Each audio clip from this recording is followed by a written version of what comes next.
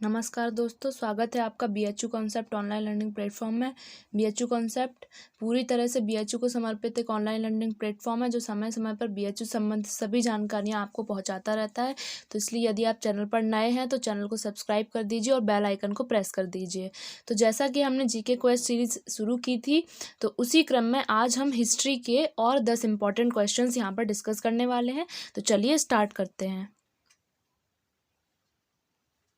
तो हमारा जो पहला क्वेश्चन है वो है कि परुशनी किस नदी का पुराना नाम है। ठीक है, क्योंकि प्राचीन नाम कुछ और होते थे और आधुनिक नाम कुछ और, मतलब उनके जो नदियां हैं और भी कई चीज़ें हैं, जैसे शहर हैं और मॉन्यूमेंट्स हो गए, या मतलब कई चीज़ें हैं जिनके नाम बदल दिए गए। प्राचीन नाम उनके कुछ और थे और आधुनिक नाम उनके कुछ और हैं।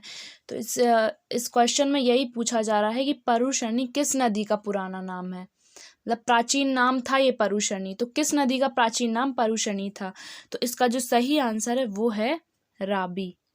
राबी नदी का जो प्राचीन नाम था वो था परुशनी। ठीक है, और बाकी हम अपने दूसरे ऑप्शंस के बारे में बात करें तो चिनाब जो है वो आस्किनी नदी का प्राचीन नाम है, और जो झेलम है वो आधुनिक नाम है और इसका जो प्राचीन नाम था वो बितस्ता है, और सतलज का जो प्राचीन नाम है वो है सतुद्री। ठीक है, सतुद्री सतलज नदी का प्राचीन नाम था। तो इस तरह से हमारा पहला क्वेश्चन कंप्लीट हो जाता है। हम चलते हैं हमारे नेक्स्ट क्वेश्चन पर, और इसमें से जितने भी क्वेश्चन यहाँ पर डिस्कस किए जा रहे हैं, 10 क्वेश्चन यहाँ पर डिस्कस किए जाएंगे। तो 10 में से आपको जितने भी सही बनते हैं वो कॉमेंट सेक्शन में ज़रूर बताइएगा कि आपको इसमें से कितने सही बने। तो हमारा जो दूसरा क्वेश्चन है वो भी इसी के ऊपर है कि सदा नीरा किस नदी का पुराना नाम है। अभी हमने परुशनी पढ़ा कि परुशनी किस नदी का प्राचीन नाम है, अब वो पूछ रहा है कि सदा नीरा किस नदी का पुराना नाम है। तो इसका जो सही आंसर है वो है गंडक। गंडक नदी का पुराना नाम है सदा नीरा। ठीक है, और जो हमारे अगले ऑप्शंस हैं उनको भी हम देख लेते हैं।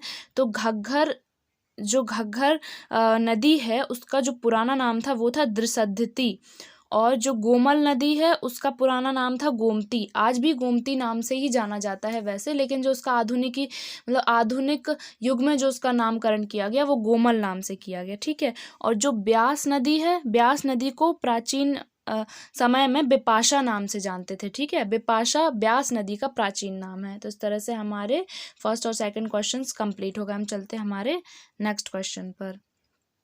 तो हमारा नेक्स्ट क्वेश्चन है कि सत्यमेव जयते किस उपनिषद से लिया गया है। सत्यमेव जयते के बारे में सब लोग जानते होंगे। ठीक है, तो सत्यमेव जयते जो कोटेशन है, या एक तरीके से एक नारा बोल लीजिए, तो ये किस उपनिषद से लिया गया है, किस में लिखी गई थी ये बात। तो ये लिया गया है, इसका जो सही आंसर है वो है मुंडकोपनिषद।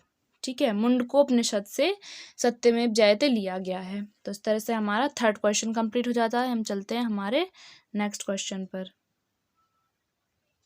तो हमारा नेक्स्ट क्वेश्चन है कि जैन धर्म के संस्थापक कौन थे। इसको ध्यान से पढ़ लीजिएगा, वो संस्थापक पूछ रहा है, जैन धर्म के संस्थापक कौन थे। तो जैन धर्म के संस्थापक थे ऋषभदेव। ठीक है, महावीर स्वामी और ऋषभदेव में कंफ्यूज मत होइएगा। तो जैन धर्म के संस्थापक थे वो ऋषभदेव थे। ठीक है, और बाकी हम ऑप्शंस की बात करें तो जो पार्श्वनाथ हैं वो थे जैन धर्म के 23वें तीर्थंकर। ठीक है, 24 तीर्थंकर हुए हैं जैन धर्म में, तो पार्श्वनाथ जो थे वो थे 23वें तीर्थंकर, और जो महावीर स्वामी थे वो थे अंतिम और 24वें तीर्थंकर, जो कि सबसे ज़्यादा प्रसिद्ध हैं। ठीक है, और जो गौतम बुद्ध, उनके बारे में अभी आप जानते होंगे कि ये बौद्ध धर्म के संस्थापक थे। तो इस तरह से हमारा फोर्थ क्वेश्चन भी कंप्लीट हो जाता है। हम चलते हैं हमारे नेक्स्ट क्वेश्चन पर। तो हमारा नेक्स्ट क्वेश्चन है कि महावीर स्वामी का प्रतीक चिन्ह क्या था। ठीक है, सब लोग अपना अपना एक साइन रखते थे उस समय, एक प्रतीक रखते थे। तो उनका जो महावीर स्वामी का जो प्रतीक चिन्ह था वो क्या था। तो महावीर स्वामी का प्रतीक चिन्ह था सिंह। ठीक है, सिंह महावीर स्वामी का प्रतीक चिन्ह था, सिंह यानी शेर। ठीक है, और जो बाकी हमारे ऑप्शन है उनको देख लेते हैं। तो जो सांड है, सांड जो था वो था ऋषभदेव, जो अभी हमने पढ़ा ना, जैन धर्म के संस्थापक थे। तो ऋषभदेव का जो प्रतीक चिन्ह था वो सांड था। ठीक है, और घोड़े की बात करें तो घोड़ा था संभव। ठीक है, संभव नाम के जैन तीर्थंकर का, जो कि तृतीय जैन तीर्थंकर थे। ठीक है, जैन धर्म के तृतीय तीर्थंकर थे। कौन? संभव। तो उनका प्रतीक चिन्ह क्या था? घोड़ा था। और जो सर्प है वो था पार्श्वनाथ का प्रतीक चिन्ह, ठीक है, जो कि 23वें तीर्थंकर थे। हमने इनके बारे में पढ़ ही लिया है। तो इस तरह से हमारा 5वां क्वेश्चन भी कंप्लीट हो जाता है। हम चलते हैं हमारे नेक्स्ट क्वेश्चन पर। तो हमारा नेक्स्ट क्वेश्चन है कि जैन धर्म की कौन सी संगीति पाटलिपुत्र में हुई? संगीति यानी मीटिंग समझ लीजिए, ठीक है। संगीति एक टाइप से सम्मेलन या मीटिंग समझ लीजिए, ठीक है। तो जैन धर्म की कौन सी संगीति पाटलिपुत्र में की गई थी? ठीक है, पाटलिपुत्र यानी आधुनिक दौर में उसको किस नाम से जाना जाता है? पटना नाम से जाना जाता है, ठीक है। तो जैन धर्म की कौन सी संगीति पाटलिपुत्र में आयोजित हुई थी? तो जैन धर्म की प्रथम जो संगीति थी वो पाटलिपुत्र में आयोजित हुई थी, ठीक है। जैन धर्म की प्रथम जो संगीति थी वो पाटलिपुत्र में आयोजित हुई थी। और जैन धर्म की 2 ही संगीतियाँ मतलब जानी जाती हैं या पाई गई हैं, जिनके बारे में बुक्स में लिखा हुआ है, या फेमस समझ लीजिए कि 2 ही संगीतियाँ उनकी फेमस हैं, ठीक है, जिनके बारे में जानकारियाँ प्राप्त हैं। तो प्रथम जो हुई थी वो पाटलिपुत्र में हुई थी और द्वितीय हुई थी बल्लभी यानी गुजरात में। बल्लभी गुजरात का प्राचीन नाम है, ठीक है। तो आधुनिक गुजरात में द्वितीय संगीति हुई थी जैन धर्म की। तो इस तरह से हमारा 6वां क्वेश्चन भी हो जाता है। हम चलते हैं हमारे नेक्स्ट क्वेश्चन पर। एक बार और आपसे रिमाइंड करना चाहूँगी कि आपको इसमें से जितने क्वेश्चन सही बन रहे हों वो ज़रूर बताएगा कमेंट सेक्शन में कि आपको इसमें से कितने क्वेश्चन सही बन गए। तो हमारा जो नेक्स्ट क्वेश्चन है वो है कि एशिया का ज्योतिपुंज किस महापुरुष को कहा जाता है? जैसे हम उपाधियां दे देते हैं ना, जैसे iron man of India Sardar Vallabh भाई पटेल को कहा जाता है, तो इसी तरह से एशिया का ज्योतिपुंज यानी लाइट ऑफ एशिया किसको कहा जाता है? किस महापुरुष को ये उपाधि दी गई है? तो इसका जो सही आंसर होगा वो होगा गौतम बुद्ध, ठीक है, डी गौतम बुद्ध। गौतम बुद्ध को एशिया का ज्योतिपुंज कहा जाता है, इसको याद रखिएगा, इंपॉर्टेंट है ये क्वेश्चन। हम चलते हैं हमारे नेक्स्ट क्वेश्चन पर। तो हमारा नेक्स्ट क्वेश्चन है कि बौद्ध धर्म की प्रथम संगीति किसके शासनकाल में हुई थी? किसके शासनकाल में, मतलब जब ये मीटिंग रखी गई, जब ये संगीति हुई, तो उस समय किस राजा का शासनकाल था? कौन शासन कर रहा था उस टाइम पर? तो इसका जो सही आंसर है वो है सी, अजातशत्रु, ठीक है। अजातशत्रु उस समय पर शासन कर रहा था जब बौद्ध धर्म की प्रथम संगीति हुई। और हम बाकी शासकों के बारे में बात करें तो अशोक के समय में जब संगीति हुई तो कौन सी संगीति हुई? बौद्ध धर्म की तृतीय संगीति हुई अशोक के समय में। और कालाशोक के समय में बौद्ध धर्म की द्वितीय संगीति हुई है। और कनिष्क के समय में बौद्ध धर्म की चतुर्थ संगीति हुई है, ठीक है।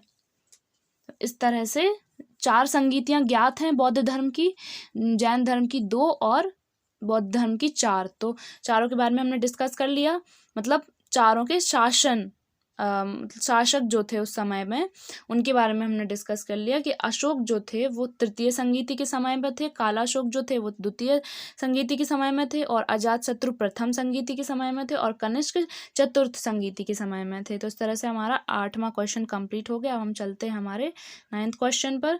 तो हमारा 9th क्वेश्चन है कि बौद्ध धर्म की प्रथम संगीति किस स्थान पर हुई? अभी हमने पढ़ा शासक, मतलब शासक कौन था उस समय, किसके शासनकाल में ये संगीति हुई। अब हम पढ़ हैं कि किस स्थान पर आयोजित की गई है बौद्ध धर्म की प्रथम संगीति, ठीक है।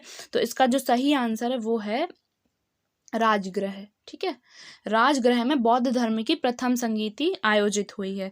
और अभी हम अगर अपने दूसरे ऑप्शंस के बारे में बात करें तो वैशाली में हुई है द्वितीय बौद्ध संगीति, ठीक है। द्वितीय बौद्ध संगीति वैशाली में आयोजित हुई है। पाटलिपुत्र में तृतीय बौद्ध संगीति आयोजित हुई है और कुंडलवन में चतुर्थ बौद्ध संगीति आयोजित हुई है।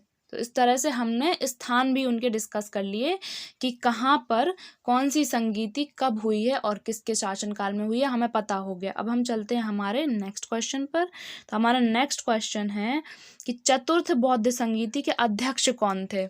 अध्यक्ष मतलब आयोजित कराने वाले, या हेड बोलते हैं ना कि मीटिंग के जो हेड थे वो कौन थे इंग्लिश में अगर बोलें तो उसी तरह से संगीतों के अध्यक्ष हुआ करते थे जो संचालित करते थे, जिनकी देख रेख में सब कुछ होता था। तो चतुर्थ बौद्ध संगीति के अध्यक्ष यहाँ पर पूछे जा रहे हैं। अभी हमने शासक देख लिए, स्थान भी देख लिया, अब हम अध्यक्ष भी देख लें। तो ये तीनों चीज़ें बहुत इंपॉर्टेंट है और पेपर में आती हैं, ये ज़रूरी आती हैं ये, तो इनको बड़े ध्यान से याद रखिएगा आप। तो इसमें है 10 में कि चतुर्थ बौद्ध संगीति के अध्यक्ष कौन थे। तो इसका जो सही आंसर है वो है बसुमित्र। ठीक है, बसुमित्र या अश्वघोष। ठीक है, बसुमित्र या अश्वघोष 10वीं जो बौद्ध संगीति हुई थी उसके अध्यक्ष थे। और अगर हम बाकी के हमारे ऑप्शन के बारे में बात करें तो जो महाकश्यप थे वो प्रथम जो बौद्ध संगीति हुई थी उसके अध्यक्ष थे, और जो सवाकामी थे वो द्वितीय जो बौद्ध संगीति हुई थी उसके अध्यक्ष थे, और मोगलीपुत्र तिश हैं जो वो तृतीय बौद्ध संगीति के अध्यक्ष थे। तो इस तरह से हमारे 10 क्वेश्चंस कंप्लीट हो जाते हैं। अगर आपको वीडियो पसंद आई हो तो वीडियो को लाइक ज़रूर कीजिएगा और अपने दोस्तों के साथ शेयर कीजिएगा। और जो BHU कॉन्सेप्ट है वो CHS की भी तैयारी करवाते हैं, तो आपके आसपास कोई बच्चे हों जो CHS की तैयारी करना चाहते हों तो उनको ज़रूर बताइए। और CHS की तैयारी के लिए अगर वो BHU कॉन्सेप्ट से जुड़ना चाहते हैं तो इस नंबर पर संपर्क करें। और यदि आप BHU एंट्रेंस एग्ज़ाम के पेड कोर्स के लिए हमसे जुड़ना चाहते हैं तो इस नंबर पर संपर्क करिए। और एक बार और बोलूँगी कि वीडियो पसंद आई हो तो उसको लाइक ज़रूर कीजिएगा, और बस मन से पढ़ते रहिए, और जितना भी यहाँ पर पढ़ाया जा रहा है उसको नोट करते रहिए, उसको याद करते रहिए। ठीक है, तो मिलते हैं नेक्स्ट वीडियो में, तब तक के लिए जय हिंद।